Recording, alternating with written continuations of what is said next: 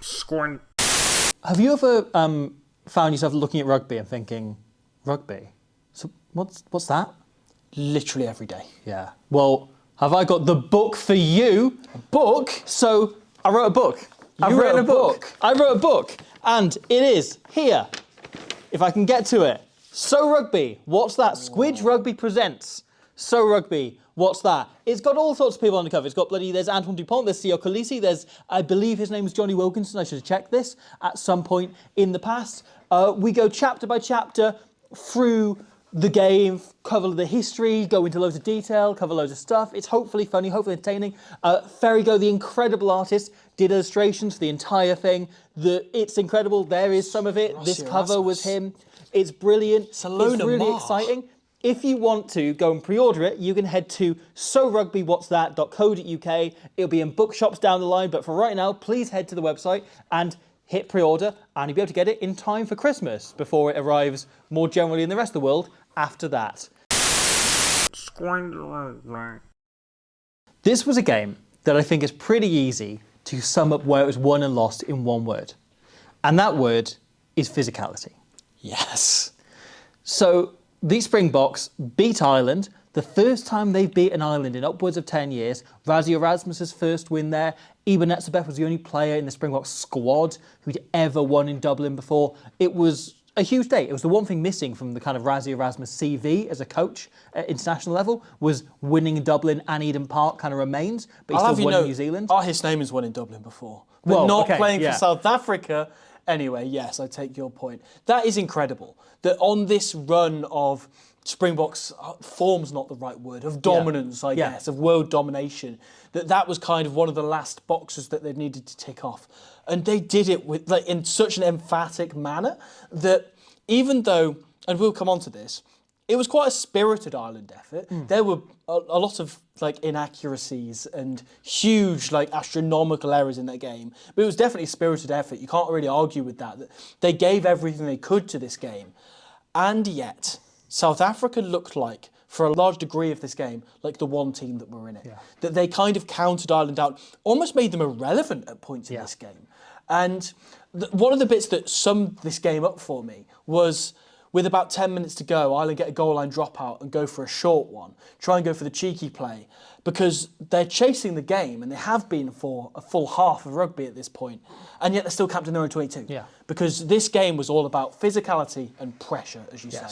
So I think it's worth outlining, when we talk about physicality, what do we mean? Because it's one of those buzzwords people use when they talk about rugby, and they just go, oh, they're more physical than them, and you're a bit like, brilliant, but what does that actually mean in real terms, right? And it's easy to look at stats and you can go, okay, they've made more meters, okay, their post-contact meters or their percentage dominant tackles were higher, brilliant, that's great, but how does it impact a game? How does that lead to wanting winning rather than losing? And I think it's worth looking at that. So this is very early in the game, and this is what we mean when we talk about physicality, is Malcolm Marx gets off the line and he makes a tackle that is not like a big bone cruncher. This wouldn't, for people of our generation, be on try savers and rib breakers. Rugby dump was still, kicking a ball.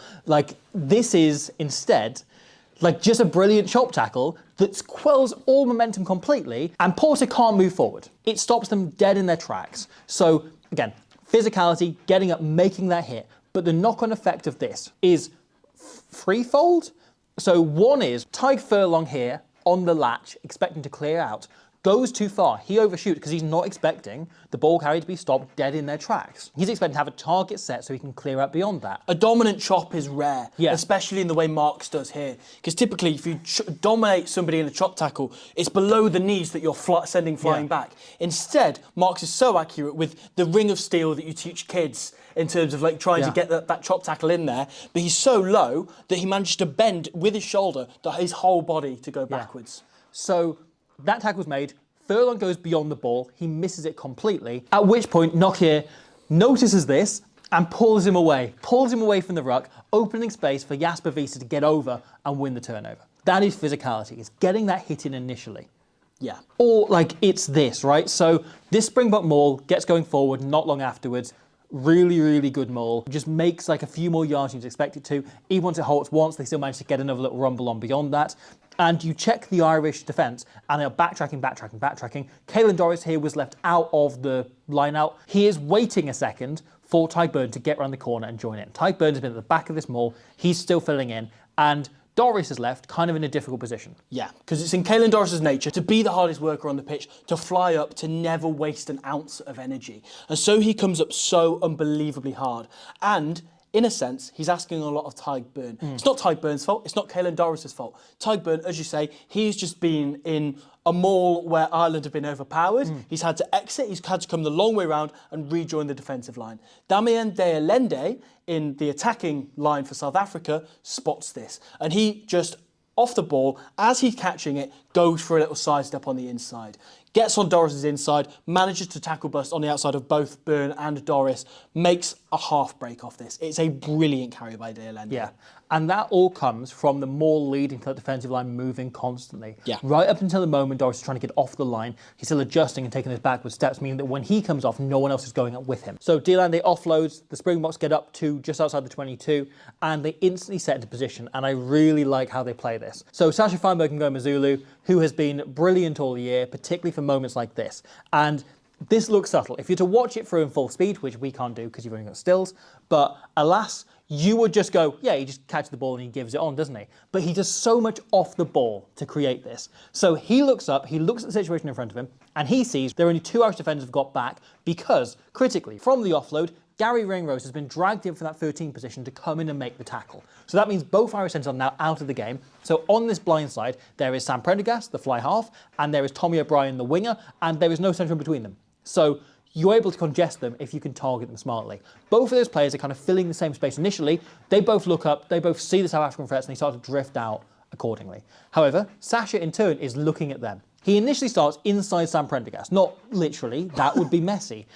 He starts off like closer to the ruck than Sam Prendergast is. I love rugby. However, in the time it takes for the ball to travel through the air towards him and for him to put his hands up and catch it, he drifts outside, and he's now on the outside of Tommy O'Brien. He likely has a call to Corbish Ryan. That's the kind of pass that he wants, as in give me a pass that takes me outwards. Yeah. Because as you say, he's pretty much making eye contact with Tommy O'Brien, encouraging him to come at him. Yeah. Because he doesn't want to leave Sam Prendergast one-on-one with like a talented player like Feinberg and Zulu. If you're Irish and you're looking at this once, you're going, this should be Prendergast's man. However, Sasha's movement off the ball has led to suddenly Tommy O'Brien is his marker, is his defender. It's an illusion, essentially, isn't it? So, like, Tommy O'Brien thinks that's the man opposite him. Both of the Irish defenders now think that their man is Sasha Feinberg and Goma Zulu. And all he has to do then is ship on the simplest pass in the world, and he's taken both defenders out of the game instantly. His job is done. His job's done. Mac Hansen's already come up from fullback. Colby can take him out of the game, and so Pisef Toy gives one pass, and Valemsi goes over in the corner to score a brilliant finish, like really great finish, because Prendergast does a pretty good job of corner flagging, getting back across, double jobbing to get there. But this is such a brilliant moment of Sasha using the physicality and what that's created to get on top, to get on the outside and create this try. And it's funny because Sasha is still quite early in his international career, and yet he's already doing that thing where he makes space and draws and defenders on his reputation, on people knowing that he would be able to probably put his footwork on Sam Prendergast and get an offload in or something, and makes people bite in on him just because he's capable of throwing these offloads or making these clean line breaks or doing tricksy kicks or whatever it is, because he does all sorts. His skill set is so vast. And yeah, I just think it's really interesting because there's a lot of fly halves who it takes 30 odd caps to get to this point in their career. And he has done that in about 10. Yeah, but there's so many more examples of defence that doesn't need turnovers like the Visa one, or moments of them doing it with the ball that doesn't need to tries like Valemsa's. And so we look at countless examples of Ireland in 22, and as this game went on, they got more and more pronounced. So it's one of these things, right, that I think whenever you speak to people that have played in the forwards at international level, the one thing I've heard like a number of times is everyone underestimates how much effort it takes in a scrum. Yes. Like how much that takes out of you for any single individual scrum. And so that's part of why Razi conditioned his pack so smartly to sustain that and to only last 45 minutes with that level of power. The Irish pack have been fighting so hard to try and stay in the game that you get to, they run this final kind of sequence in the game. They have a lot of the possession in the South African 22 over the last 5-10 minutes of this game. And they were unable to run their usual patterns because the pack looked tired. Yeah. And Andy Farrell was asked a number of years ago, what is the key to an effective attack at international level? And he said it's work rate. You want to get your players back on their feet as quickly as possible. And if you look at that final set, how slowly a lot of the second rows and props were getting back up to their feet. It's unlike Ireland, but that is the effect of physicality. That is the effect of South Africa draining your players. Those players, the likes of Tyburn, especially when you've been down a man for so long in the game, you have to do even more, cover even more ground. They look knackered. And yes, it didn't necessarily show in the way you expect it of them falling off tackles, but they're just a split second slower to get up their feet. And that means there's fewer options in the attack. And it means you lead to examples like this, right? Where Prendergast has no option to throw the massive ball over the top because his forwards have got no option set around him. Like, they've been slower to their feet. He's got no one set early enough by the time the ball's coming out if they want to play with enough speed to catch South Africa off guard. Meaning he just chucks it over the top to Gibson Park, who then looks up, sees nothing, and has to chuck it back the other way, which leads to Colby picking up the pass. Holds down L1, doesn't he? Gibson Park yeah. Here. But the other thing about the Irish attack is it's all about precision. Not in terms of just passing and all of that sort of stuff, but it is timing and depth. Because Ireland have one of the, and this isn't a criticism, one of the flattest attacks in the world.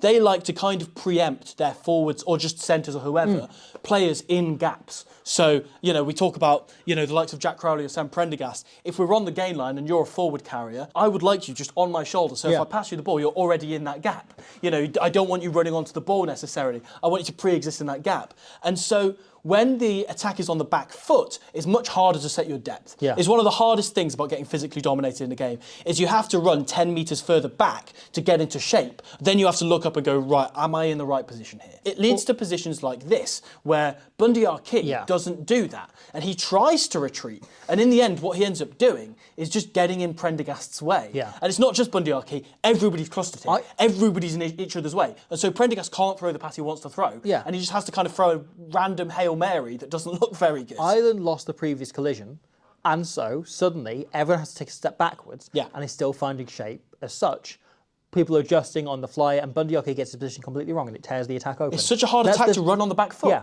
That it doesn't work on the back foot. And that is the flaw with the Irish system, and has been for a long time. And we've seen it in spate, where teams like New Zealand or France have managed to break it down, but they still can't keep it up for 80 minutes.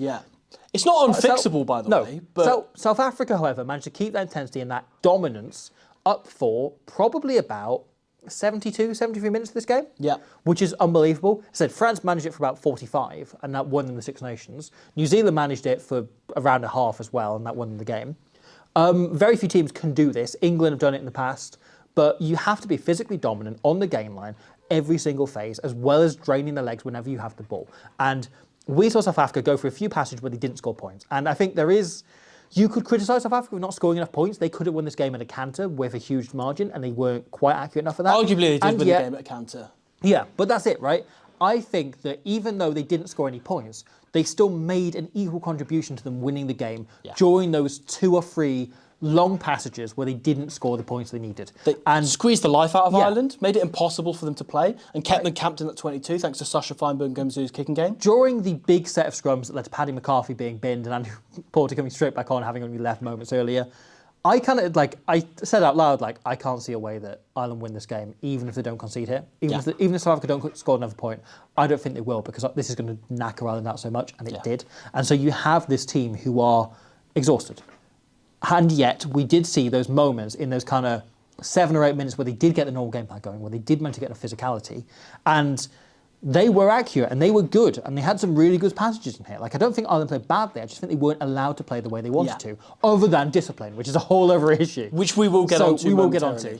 However, the try for Dan Sheehan, really well taken. They get one moment of Josh van der Fleer having a bit of a run-up, through there being no one initially on him, then it's kind of like a weak tackle, a weak shoulder on him initially, not quite in position properly, and he powers right up to the line. Suddenly they have front foot ball, they have momentum, they have everything they've been lacking from that Springbok gain line. And they snap into shape instantly. It's speed over shape, the typical Irish system. Bundy Arki comes in just trying to hit between 2 defenders he sees already backtracking, knowing either he catches them offside, or they only get a late tackle on him because they've still got to get back a step before he catches the ball. They don't give away the penalty, but they catch him, he keeps the momentum going, and Ireland then just set shape across the width of the field. Everyone gets into position, everyone runs a different line. Yeah, Josh van der Fleer's dummy line on this is brilliant. Yeah. He runs that perfect intersection between Cheslin Colby as maybe the smallest player in the Springbok team and Eben Etzebeth as the biggest. And he takes one for the team. He goes for that unders line and like completely shoots in for that, wanting to get nailed essentially, wanting that two-man shot on him so he can take both these out of the game. Yeah. Dan Sheehan, on the other hand, goes for an overs line. He goes for the complete opposite type of line to him. So the two of them are running like that. Yeah. And Gibson Park, I love his assist on this because instead of throwing a technically perfect pass, instead of throwing the most accurate pass you'll see, he utterly shucks it at Dan Sheehan. It's a push pass. It's like the ball, yes, it wobbles and spins in the air, but it gets there quicker than it would if it's like just if you threw it gone one-handed, like a grenade. Bam. Yeah. This is the thing that I love about Gibson Park, is he doesn't worry about being technically right. He isn't like, he's the second fastest pass we've ever seen to Aaron Smith. But Aaron Smith always threw perfect balls. Yeah. Like Gibson Park ignores that and goes, if we can get it quickly enough there, then it works. As you say, you've got one player working outwards, one player working inwards, and hitting the guy going outwards. Sheehan drifts on the outside, goes over, scores. This is what Ireland do so well. And again, they were still able to do it. This wasn't them misperforming. It was them unable to do the thing that they do. It's because the Springboks didn't give them opportunities. Yeah. And in a way, Ireland didn't give themselves opportunities. Yeah. Because they kept, and we can't not talk about this in this game, giving away dumb penalties. And it's interesting because you look at a game like Wales-New Zealand at the weekend. That was a case of Wales giving away loads of penalties and allowing New Zealand into the game. In here, Ireland give away loads of penalties and didn't allow themselves into the game. Yes. They kept putting themselves on the back foot because they kept shooting themselves in the foot. And like Jack Crowley giving away that penalty at the bottom of the breakdown where he slaps the ball out of Corbett Reinach's hands is like so preventable. You imagine Paul O'Connell must have been just punching the walls at this. The thing is, that one is preventable. That one is stupid. There's a couple of them that are just daft moments, of brain farts and brain fog and whatever. Which doesn't help when you're most of the penalties Ireland conceded were forced. Yes. Were errors. You look at the scrum count, right? I think Porter conceded 5 penalties and Paddy McCarthy 4, which is insane for two players that, you know, both spent 10 minutes in the same bin. They were being heavily minced at scrum time. But on top of that, again, when you are going backwards, it's so much easier to stray offside because you're not getting back far enough. A la Sam Prendergast. You're trying to be too aggressive, which Sam Prendergast is trying to get up in the line and make a tackle, right? He's been bollocked for this for the last year. He's like, okay, I'll get up fast as I can. Bam, he stays offside. Yeah. And that becomes the issue, is either you overcompensate or you physically can't live with it and you end up going, I'm knackered, and you take an extra second to lie at the bottom of a ruck, you get penalised for not rolling away. And so many of Ireland's penalties were those. Yeah, that Sam Prendergast yellow card, that was Ireland's third penalty in that one passage of play. In Matt Carley 40 seconds. He was playing 3 advantages at once. So if he blew the whistle, if the try wasn't scored off the back of this, he would have been able to give 3 examples to Sir Khaleesi and say, which of these penalties do you want? At that point, like, you're asking for a yellow card if you're giving away that many penalties in quick succession. And all of them forced. Yeah. None of them were daft decisions. All of them were Ireland really either desperate to slow the ball down because of the pressure or being forced into positions they couldn't exit from. Which I guess leads to the frustration, which leads to ones like the Jack Crowley one that looks so stupid when we're watching it on telly. But again, he's frustrated, he wants the ball back. He's probably forgotten there's cameras on him in the stadium and he's gone for something ambitious. No excuse for James Ryan. No. Otherwise. No. But stop putting your shoulders near people's heads. Stop doing it. Stop doing it. James Ryan almost does it phase earlier. Like his previous clean out is almost completely like similar, almost a card as well. It's the same with Josh Adams the other week. It's ridiculous. It's the same with anyone in this autumn, right? If you put your shoulder near somebody's head, you might get a red card for it. Okay? That's as simple as you're running that risk. Yeah. And so why is it worth it? Is cleaning out that ruck worth the risk of putting your team at 14 men? You have to make that tactical decision in your head every breakdown. Yeah. And I would say it's a fairly easy equation to add up. Yeah, I completely agree. So, that passage of play we were just talking about leads to the try for Corbett Reinach. Yes. And as you mentioned, South Africa were completely on top physically. So this is a succession of really good carries. And South Africa start to play with width. And this is the thing I like about how they've evolved over the last 2 years. And this year, they've kind of gone a little bit further away from the Tony Brown style of play, which was like kind of at its peak last year. This year, they have made it a little bit tighter. And a bit more Springbok, isn't it? And yet what we're just seeing is those best carriers popping up in wider channels. And instead of being, okay, we want them offloading, we just want them carrying into centres and weirs. We want them carrying to be as powerful as possible. So we see them play with more width. Look at the distance between rucks. It's so much further than if you compare it to like the last World Cup final, right? Where South Africa, if you look at that game, most of their rucks are within sort of 7 or 8 metres of the previous one. Now they're getting them out, even though they're still playing a similar game plan, they're getting them out to be 10, 15 metres away. So when we get out to this ruck wider out, the Irish forwards have to work so much further to get into position, to work across, to come and cover. So that leads to 2 knock-on effects. This South African forward pod come flooding around the corner. They are working around, again, you just want to have options for people to watch. Coming the opposite direction, we talked about the Dan Sheehan try a moment ago, it's a very similar idea. Cheslin-Kolbe comes in on this line, working towards James Lowe. What he wants is for Lowe to go, oh, Cheslin-Kolbe's coming into the ruck. He's coming in to run a short line. He's Cheslin-Kolbe. I can't give him an inch of space. So Lowe bites in on him. And Kolbe, at that point, wraps his arm around him and goes like, actually, I'm tackling the tackler. Who's a tackler now? Look at me. I have tackled you. Wrapping him right up as those forwards come in on the overs line, leading to any other defender around there watching for them, going, oh God, that's a load of massive South African beef heading around the corner, a load of biltong coming around the corner. And this then opens up space on the blind side. However, there's no one coming across to fold in and cover inside James Lowe. Yes. As you say, the 2 men on the blind side are taken care of because you've got, at best, like a 4 versus 2 here of South Africans that they're going to have to do soak-up tackles on. And so the next question is, that's fine. You know, there's got to be somebody folding over from the blind side. Nuh-uh. Keep your eye on Physicality here. As he wraps up Sam Prendergast, who's spotted this and is trying to get around. Not only that, he's got Prendergast in his left arm and he sees Tadhg Furlong come round and go, you can get it too. So he manages to... Who wouldn't want to cuddle Tadhg Furlong? Absolutely. But he manages to take 2 men out of the game, but it's not just that. Tadhg Byrne, as the extra catch-up defender, is working so hard to get around here. Again, feel for Tadhg Byrne. We keep putting up moments where he's working really hard and not quite getting there because South Africa are so physically dominant. But he has to work so hard to get around Tadhg Furlong, a huge human being. He has to go an extra sort of 5-10 metres on this journey to try and get there, at which point Corbus Reinach has already picked up the ball, thrown the dummy, and started to dart through this gap. And obviously, in tiny little spaces, Corbus Reinach wins every mismatch that he comes up with. Yeah. And so Physicality, just by blasting through that ruck an extra metre or so, maybe, and it's not like he makes a meal of this. This isn't a legal offence at all. This is like absolutely textbook. He takes 3 defenders out the game there. This is the thing that Physicality is so good at. Yeah. And people who don't rate him are wrong because they're watching out for what he does with the ball, and sometimes they look at the stats and see his tackle count isn't as high as someone else, right? He is one of the best forwards at the breakdown in the world, but largely on his own ball. Yeah. This is a completely legal clear out. He takes him through the breakdown and then just turns the corner and takes out 2 other defenders at the same time. He essentially deals with the other 13 players in the Irish defence, other than the 2 on the blind side. No one can get across there. No one can get into position. Corbus Reinach, this will be described as an individual try from the scrum half, right? No individual try has ever come down to the player scoring it less. Yes. Like, that is a scrum half's dream, to play alongside a flanker who does that. Yeah. Who opens up that gap for you. It's so easy then to just pick up the ball and run a straight line. Again, we need to look at what we consider an assist in rugby, because that is an assist from Physicality. 100%. And then Colby as well really helps in not allowing Lowe to jam in and cover this. Big right? time. Because suddenly the gap is so wide open and so nailed in that even if Reinach notices this like a second or 2 later, he can still go through and score. Yeah, every single Springbok is running a selfless line there. Yeah. Nobody is wanting the glory out of that. Everybody's wanting to open that corridor for Reinach, who takes the try brilliantly. Yeah, it's really well taken. You mentioned the discipline though. The other element of South Africa being so dominant was their kicking game. And was them... Not when we talk about the kicking game, right, with the Springboks, you tend to think of the contested balls, you tend to think of the long kicking game exiting their own 22. And what they did so well this weekend was just continue to put Ireland in situations where they would struggle to exit themselves.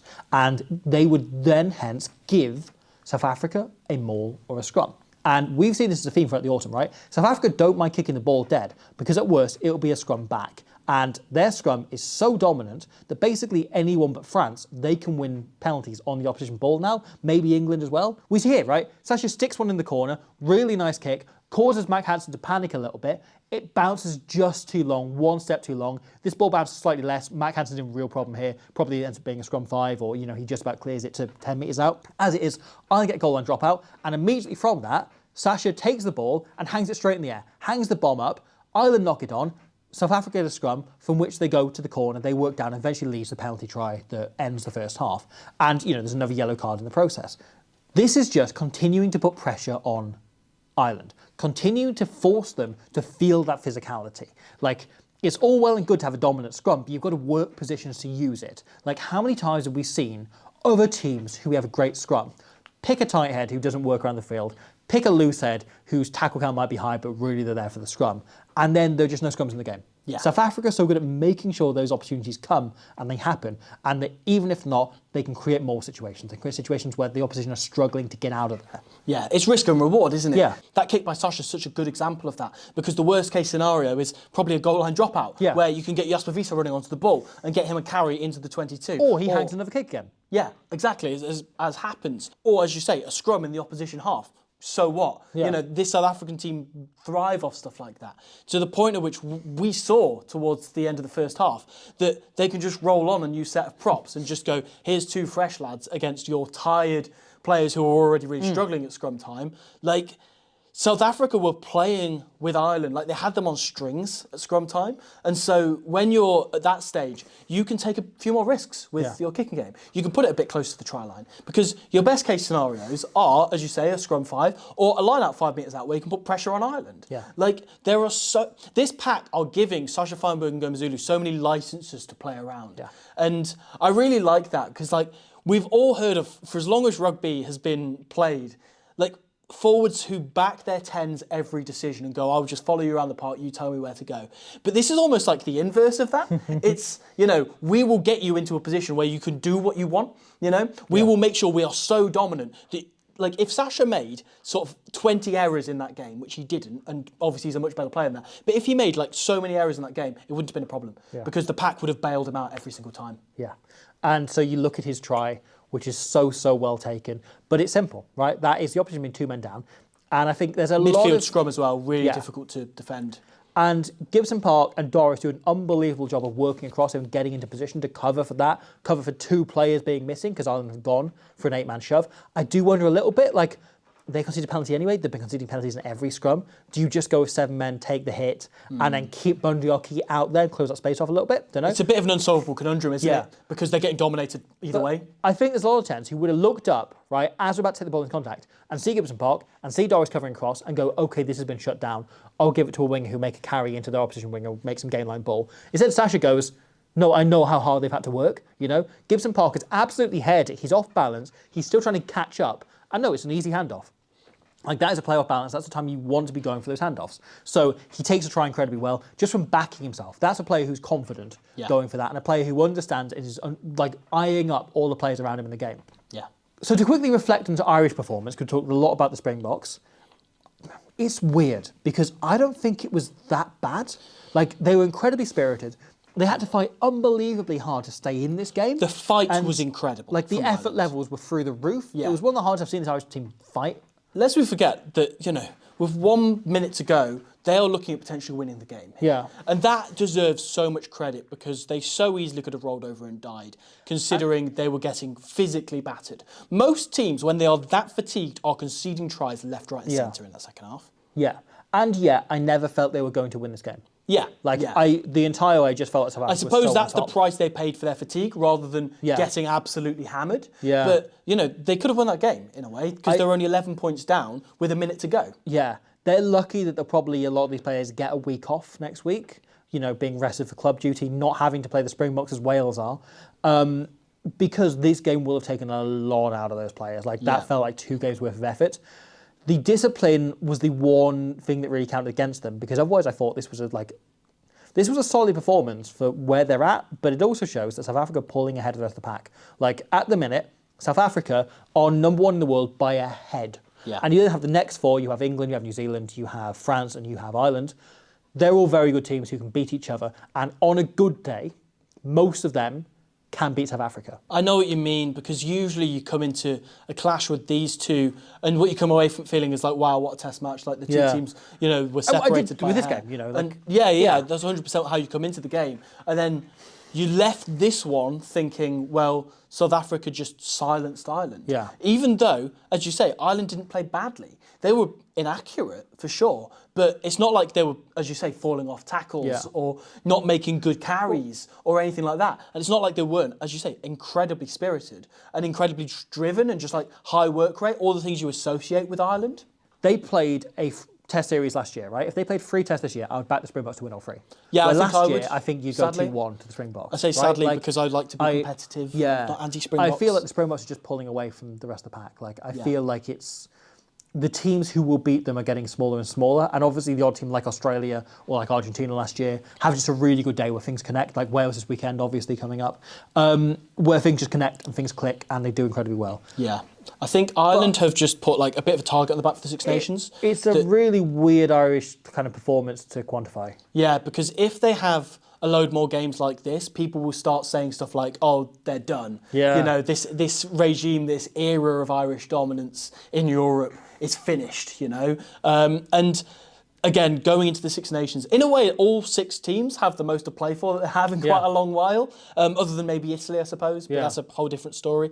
But yeah, it's interesting. You hope for Ireland that they can just shut that up and just say, like, it was just the Springboks, like, we couldn't deal with it on the day. And yeah, I hope that there is more to come from Ireland, but a very frustrating one. And I would imagine a lot of their supporters are just, really annoyed that the game had to go like that because, you know, you always want it to be that your team is playing at the absolute top of their game, regardless of a result. And physically, Ireland in a way did, but as I say, in terms of accuracy, in terms of some of the physicality, in terms of when it was on the Springboks terms, and most certainly in terms of discipline, that wasn't the case for Ireland, unfortunately, as much as I wish it was.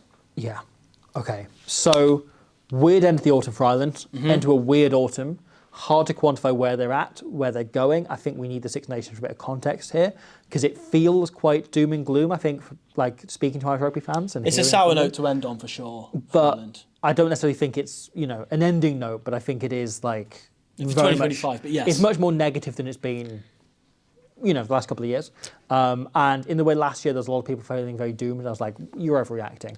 This year, I'm a bit like, maybe you're accurately reacting, but we'll see, because we can't really tell until the Six Nations. South Africa, best team in the world by a margin. Yes. I have one burning question from this game. What is it going to take for a prop to get man of the match? Because honestly, all 4 of those props had equal claim to get the player of the match award here. And I wouldn't have cared which of them they gave it to, but when they threw up the nominations, it should have just been those 4. Well, they gave it to the hooker, who played more minutes. Sure. Genuinely, the answer is playing 80 minutes. Yeah, I guess so. But, they set a platform which, not just for themselves, it made it impossible for Ireland to play off. I don't know. And also, is Bonfenter ever going to make it to half-time? No, he won't. He was utterly outstanding. It's a curse for me mentioning that he plays more minutes than any of Lewis in the URC. Yeah. I mentioned that, I was like, they might leave him on till 70 minutes. And then Razzy's like, no, I do not do that. I think Russie's done this to spite you. Yes, I do. Hey, so Rugby, what's that? On sale now, link in the description.